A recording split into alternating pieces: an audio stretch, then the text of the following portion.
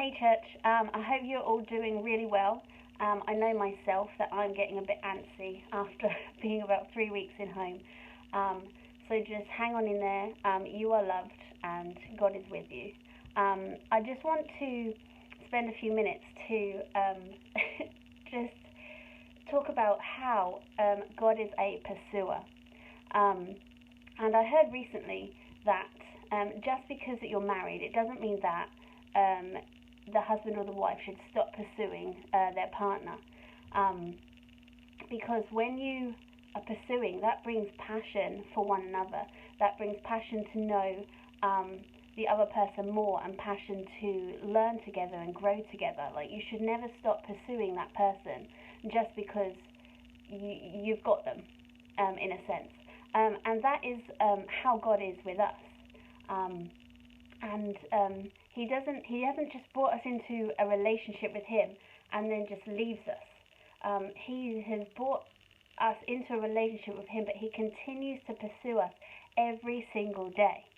And yeah, that's what he wants. He just continually pursues us. And recently, not many people, I guess, know this in the church, but recently I've had personal experience of God pursuing me. So I have been mentally not well for the past about 8 months, and in that time, there were some dark places. But I can just absolutely tell you that God is so faithful. He was with me, comforting me in my darkest times, and it was just an aspect of him that I had never experienced before on that level. It just took it to another level, and even though I would never want anybody to go through that, what I know about God through that is just, I'm just clinging to that, and it's just brought me into a whole level of understanding of part of who he is. And so another thing that I want to talk about is that God isn't transactional, he is relational.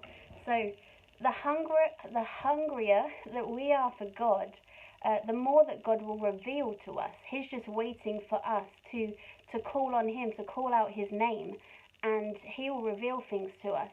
And when we live in a way that we are just hungry for him, even in the mundane of days, if you're not these days, I'm just sitting at home really trying to think about what I'm going to do.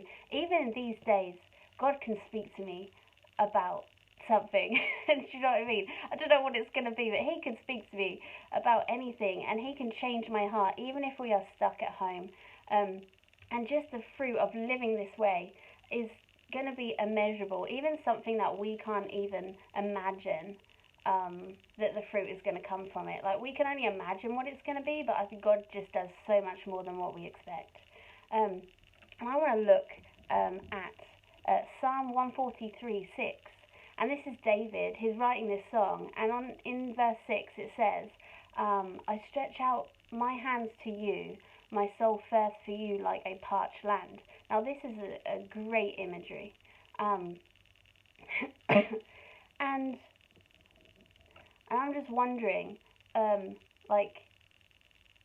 for me, in the time that I have just been in, I was in this place, I was literally clinging to God's presence. That is all that I could do. And I'm just wondering, if you've ever been in that place where you were just constantly reaching and wanting to know more of God. And I also know that when I got saved, because I wasn't brought up in a Christian family, when I got saved, I was literally reading every book that I could find, listening to everything that I could find about God, because I didn't know anything. So my thirst for him and knowing his kingdom was just huge.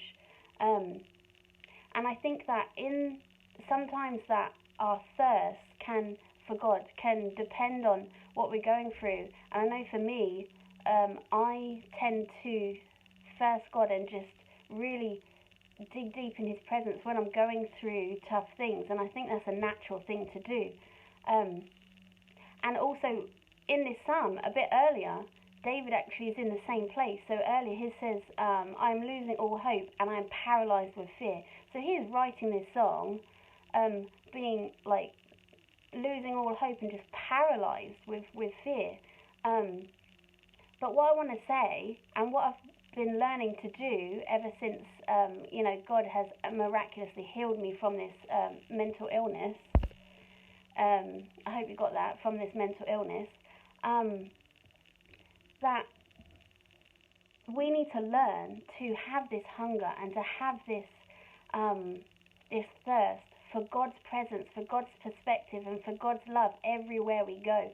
So what I'm going to do is I'm going to take how I thirsted for God in that time of my desperate need, and I'm going to try and apply it in these mundane days when I literally have nothing to do. I just want to have that relationship with God, know Him more, and in this, we're going to find out so many things about God. It is going to enrich our lives. Keep coughing. I don't have COVID.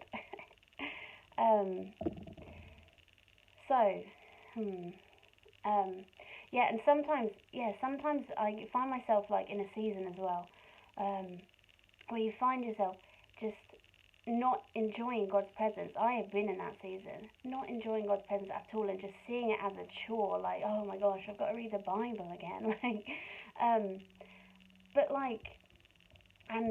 So if you're in that place right now, I just want to encourage you to pray and just ask God for that hunger, just to know more of Him. Because why do we hunger for Him? Is because God gives us that desire. Without God, we would never want to hunger for anything that God wants for us.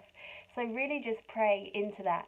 And I just ask that, I just pray to God that God would just give you that hunger in this time, and that it would just not just be for this time, but it would last, have, everlasting effects in your life. I keep looking over here because I've got notes. What was I going to say? So just every single day we can be partakers of what God has for us, and it is our choice whether we want to walk in that or not, whether we want to ask the question, God, what do you have for me today? But God is always waiting there for us to answer these questions. He always wants to give us something new, and ultimately He is doing this not just to bless us, even though that's a great byproduct. He's doing it for His glory. So He blesses us so that ultimately we can bless other people and show other people the love of God that He showed us, so that we can just pass on God's love for somebody that doesn't even know Him, and just have that connection. Now I've been through mental illness before when I was about 20, but never in my life have I experienced anything this like dark or deep. And I have such a sympathy and empathy for these people, and just compassion. And it really just makes me want to know people's stories more, and to just help them like in their dark time. What I'm going to ask you is that if you pray and say, God, every day, what do you want to do? What do you want to show me today? If God is showing you something in your heart, I want you to think during this time, is this something that you can use to help other people in this time? Is this something that God is using you for, to spread that love of God, to spread His comfort and His faithfulness to other people that may not even know what God looks like? So I'm going to leave it there, but just on that note, God is a pursuer, and He is pursuing you every single day. Pray into it, pray for His hunger, and He will show you things that you wouldn't even believe. Alright, I love you guys so much, and I hope you're well.